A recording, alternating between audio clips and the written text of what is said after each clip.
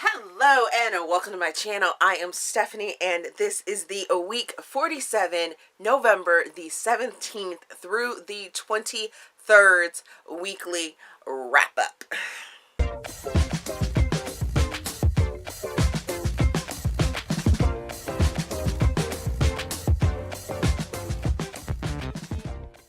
As I said, this is week 47's weekly wrap-up, which means I'm going to go over all the books that I read last week, which is really funny because I got 9 of them done, but lots of things happened last week. So last week was really slow. Even though I read 9 books last week, I didn't actually start reading those books. I didn't complete a book until like Wednesday. It was crazy. Crazy. So the beginning of the week I did all these videos and I put together my vlog for Indies Invade Philly, which is available over on my Patreon.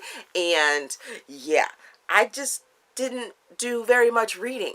I mean, buzzwordathon was going on, so I have a couple books that I read for that, but none of my reading started until Wednesday. Like, I did not complete a single book until Wednesday. And if you were following me on my IG stories or my Twitter, I think I posted over there, which if you're not following me, all the socials are down in the description box, so you guys can check that out, along with my Patreon information if you want to go and support and donate and things like that, as well as affiliate links for all the things that I'll be talking about this video.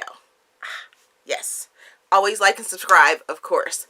But yeah, so I didn't get anything done. All that to say, rambling. Okay, let's get into the books that I finished last week. I started the week, well, middle of the week, the first book that I finished was Leave Me Breathless by Jodi Malpas. I placed this in romantic suspense. I give it 4.25 stars. I give it 3 Steam fans. I read this as an ARC, even though it did already come out, so you guys can check it out, but I got it as an ARC from NetGalley. I'm trying to clear up my NetGalley and everything like that. And this book, Jodi Malpas is like a gem. She is a British author, and I just love her take on all things British. If I need something British, she's one of the authors that I'm going to go to. So this book follows Ryan, who is a retired MI6 agent, and he's going to live in the small town that he sort of grew up in, but also has a daughter in. His daughter's mother is like this hoity-toity sort of, family, and they have issues and stuff like that. She was a one-off, which is what produced his daughter, but his daughter is like super amazing. She's like this tomboy, but at the same time her mom wants to make her like this girly girl, and their dynamic is amazing. It's so much fun. But Ryan goes back to this town. He ends up meeting and running into, accidentally hitting Hannah, who has a art store in the small town, but there's some mystery around where and who Hannah is. She has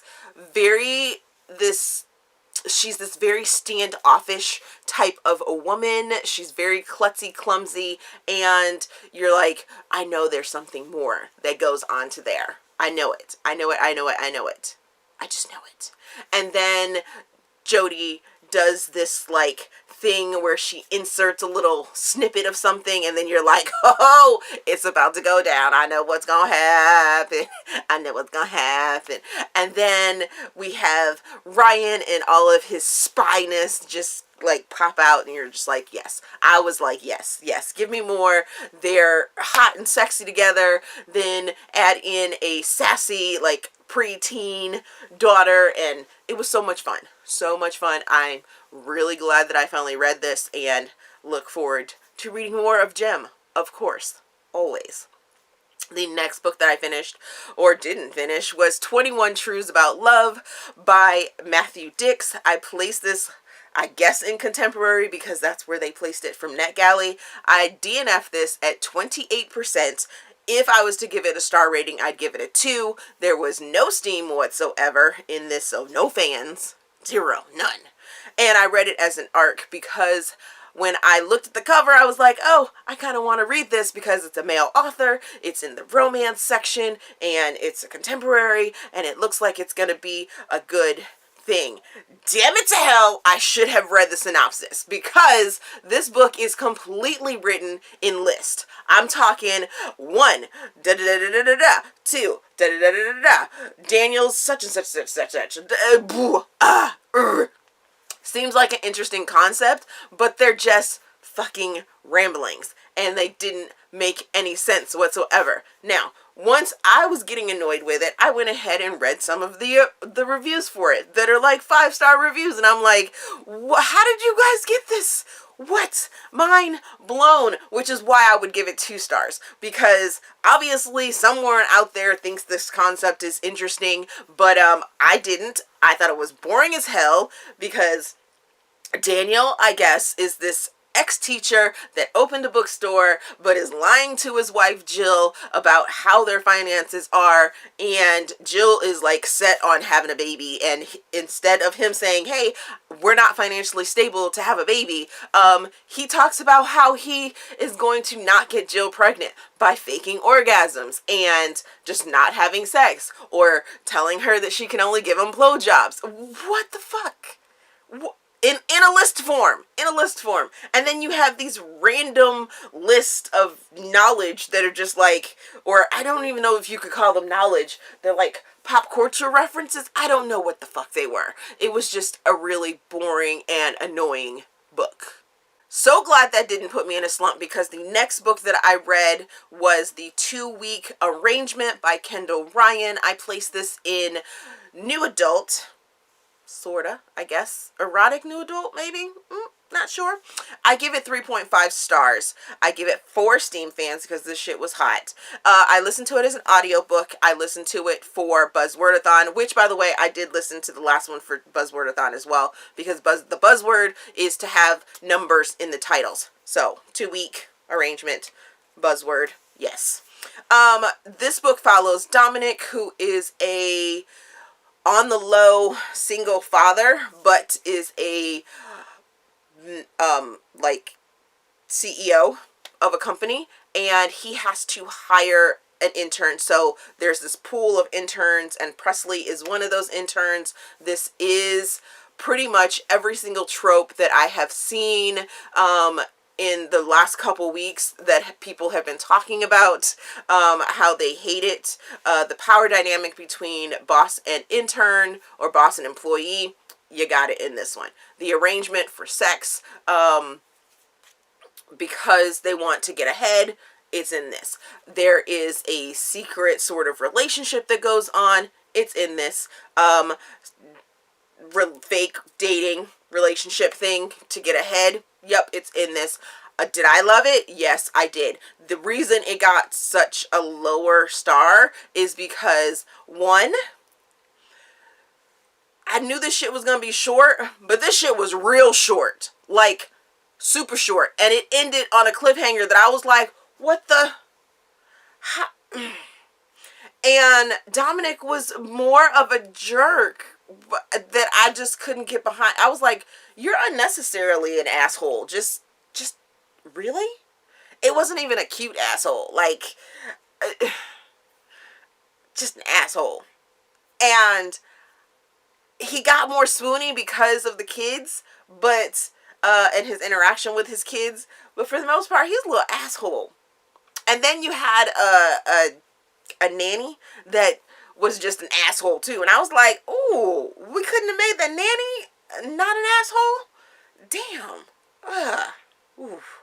But it left on a cliffhanger, and it's a super quick read if you want to pay for it and buy it, which I did because I wanted to read it.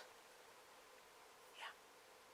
And I had already bought the books, so they came at a reduced price, which, ooh, thank the Lord, because if I had purchased that at regular price for the, like, 4 5-hour book, I would have been real mad. Real mad. Stephanie would have been mad. It would have been so bad. The next book that I finished was Becoming by Michelle Obama. This is a nonfiction autobiography memoir, and I give it 4.5 stars. There's no Steam fans to it. It's a memoir. There are some swoony moments, but there was no Steam in it. I listened to it as an audiobook.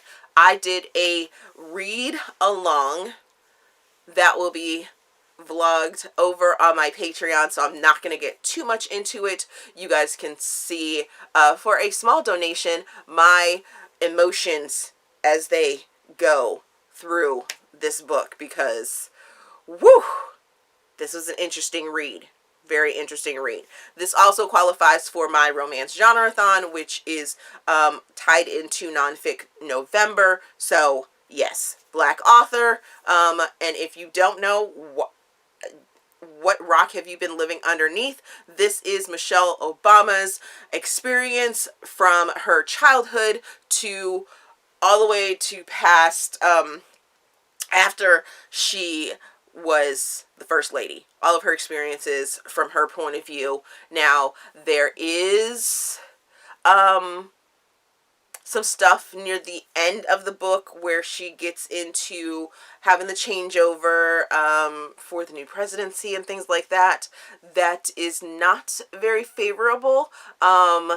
I was completely emotionally connected to this book. Like I said, my read along vlog shows like all of the emotions, because I definitely went through an array of emotions through this book, from not connecting with her, feeling that she was kind of bougie, and thinking that, you know, she not understanding how she could connect with the general public, because she definitely came from the higher middle class, I guess you could say, community in Chicago, even though, you know, the neighborhoods that she lived in at the time that she lived in them were considered middle class, which are now lower class areas now. Yeah, just do the little small donation so you can see the read along vlog, because I'm going to not cut too much out of it. I'm really not going to do too much editing. I really want you guys to see the authentic feelings that I had as I went through those clips and stuff like that. So that's all I'm going to say about that. But it's a really good read. Really good read. So good that I went out and I purchased it in hardback so that I can reread it and annotate it, which I hardly ever do. The next book that I finished was 7 Nights of Sin, which is the second book in that duet that I read earlier, the 2-week arrangement one, by Kendall Ryan. I placed this one in New Adult as well. I give this one 3.5 stars. I give it 3 Steam fans. It wasn't as steamy as the first one. I read this as an audiobook for buzzwordathon, and this picks up where the last one fell off, with Dominic and Presley resolving sort of what they had, and then they go on for another week in this arrangement, and it was a little crazy. This one was a little more swoon-worthy because some of the things that happen, Dominic sort of reveals himself and is more of a sweeter, swoonier kind of, you know, alpha guy, but yeah. Still didn't knock my socks off, but it was cool. It was okay. And this one was just as short. I was like, real mad at how short they were, because I'm pretty sure that the audiobooks say they're like 6 or 7 hours, and they're not. I don't think they're not. There's some bonus content in there that I'm just like a little upset about, but oh well. The next book that I finished was Irish on the Rocks by Magan Vernon. I placed this in contemporary. I could border this on New Adult, sort of, because it is about 2 25-year-olds or so that are finding themselves. But I give this one 4.5 stars. I give it 4 Steam fans. I listened to it as an audiobook, and it is for buzzwordathon because Murphy Brothers #2 is on the cover. This book follows Grace and Jack. Grace is the friend of the youngest brother. I think Sean is the youngest brother, but we haven't had Sean's book yet. Sean's book is #3, and he's the footballer. No, rugby player. Regardless, she grew up with the Murphy family. Her grandfather is on the board for their company. Jack is the oldest brother that has to get married because in the series, you know that the brothers have to get married in order to take back control of their company, their family company, because their father has died, and that is the clause that he put in the will. So Jack and Grace, they sort of grew up with each other. Jack older, Grace the younger. They meet again at this gala, and Jack's like, didn't recognize Grace at first because she was looking like a hottie in her dress, all dressed up at this gala, but she ends up spilling some champagne on him, and that's sort of where their banter starts coming together. There is a little bit of a secret crush that goes along because she had a crush on him when they were younger, and he's sort of liking on her because he's like, yeah, you've turned out to be a beautiful, beautiful woman. Why didn't I see this before? But that's a good thing because, you know, sometimes you have to come into yourself, right?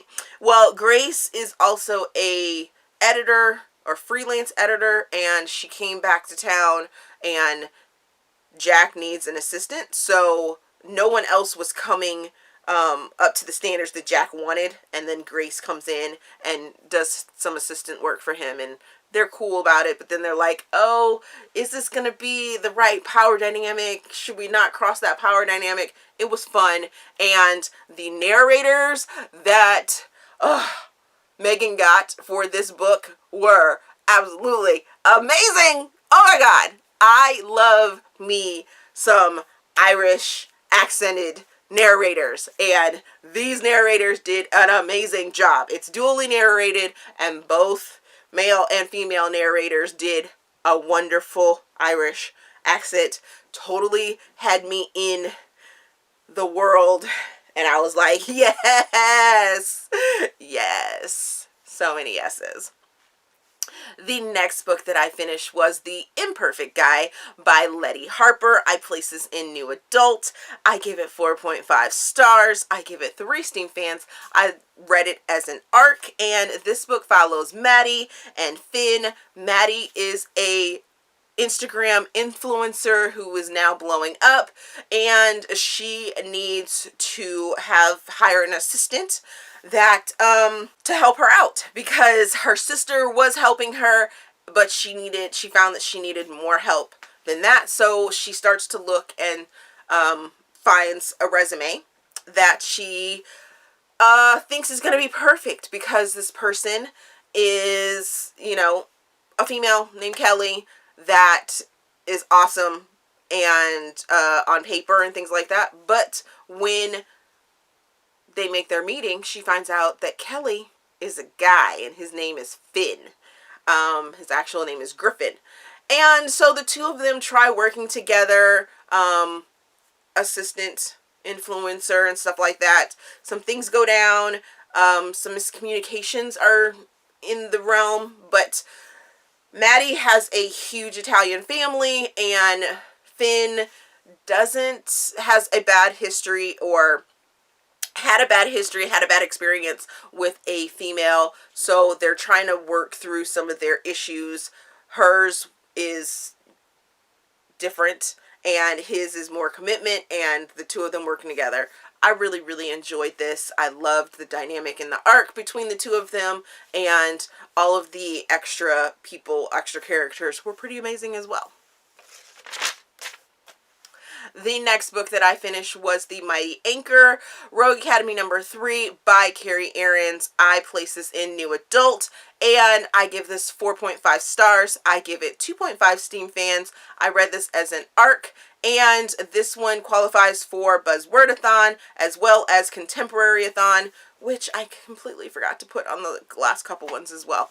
Oh, whatever. You guys, if you're following me on Twitter, you know the count and which books and stuff like that. I will do a whole, I'm doing a whole weekend vlog for buzzwordathon, so, no, for contemporaryathon, so you guys can check that out next week.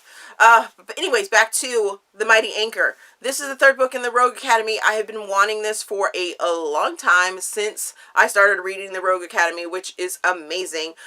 This one follows the goalie and the third footballer of the apocalypse that we have been following. If you've been reading the Rogue Academy, Vance, he found out in the end of the last book that he had a child. So he comes back to town, back to his small town, and is like, you were the girl across the street that I fell in love with. We dated, but football is my life, and, you know, I can't believe you kept this secret from me.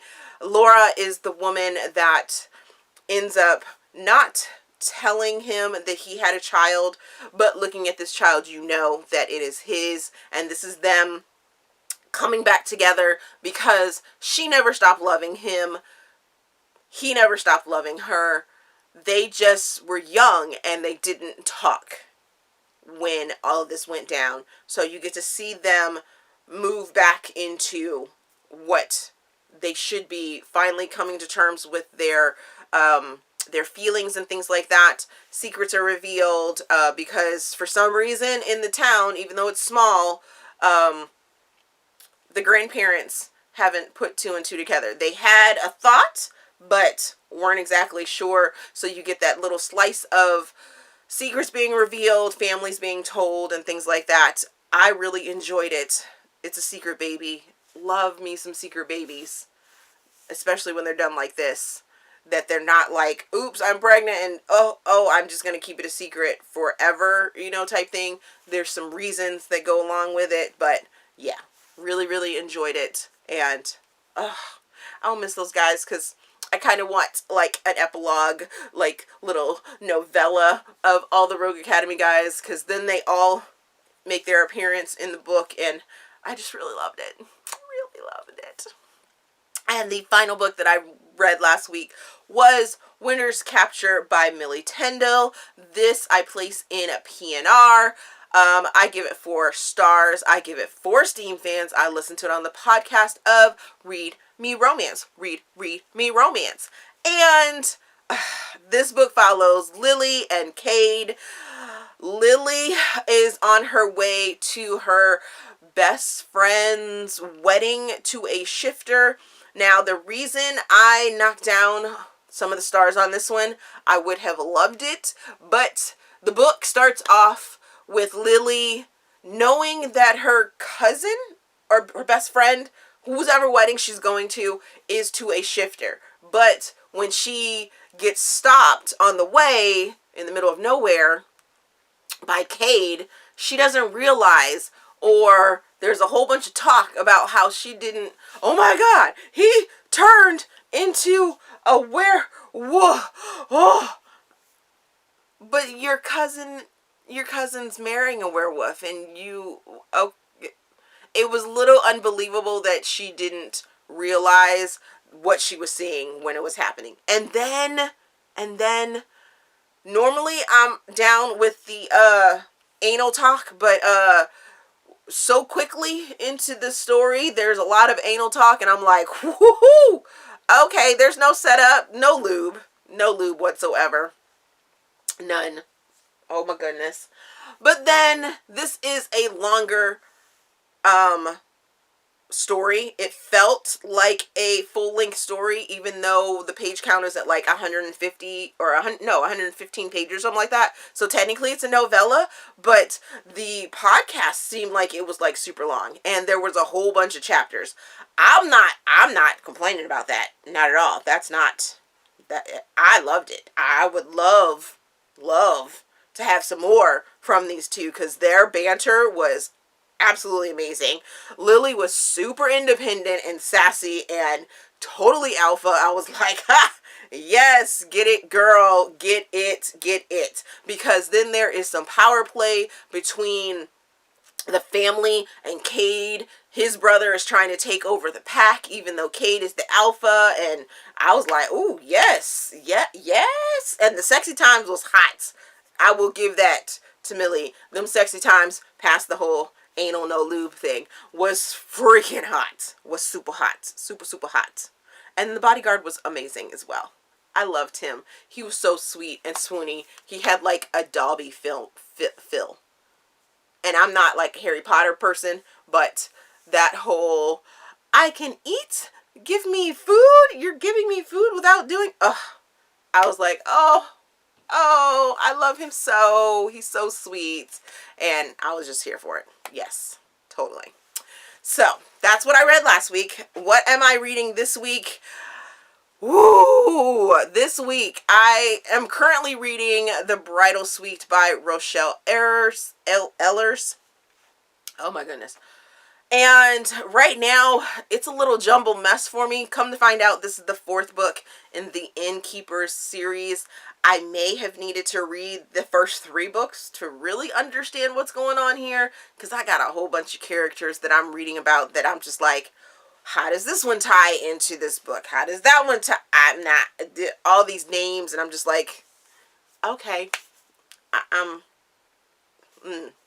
don't know. But I'm going to finish this one, and you guys will hear about it next week.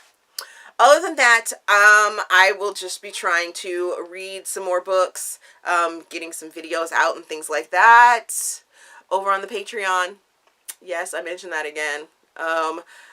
Since I am doing a full vlog for Contemporaryathon Weekend Edition, I will give you guys the counts and stuff like that. I think I ended up reading 5 books for buzzwordathon. Yes, 5 books for buzzwordathon, and currently, since I still have a day left for both contemporaryathon and buzzwordathon, contemporaryathon, I have already read 4 books for that. So if I get this video out to you guys on time, I will probably be reading some more books as well. You know. Let me know if you have read any of the books that I have just talked about from last week, or the book that I am currently reading. Let's discuss them down in the comment section. As always, if you enjoyed the video, please give me a big thumbs up and subscribe to the channel. Also, there is a feedback form and a slew of information down in the description box, so make sure you check that out.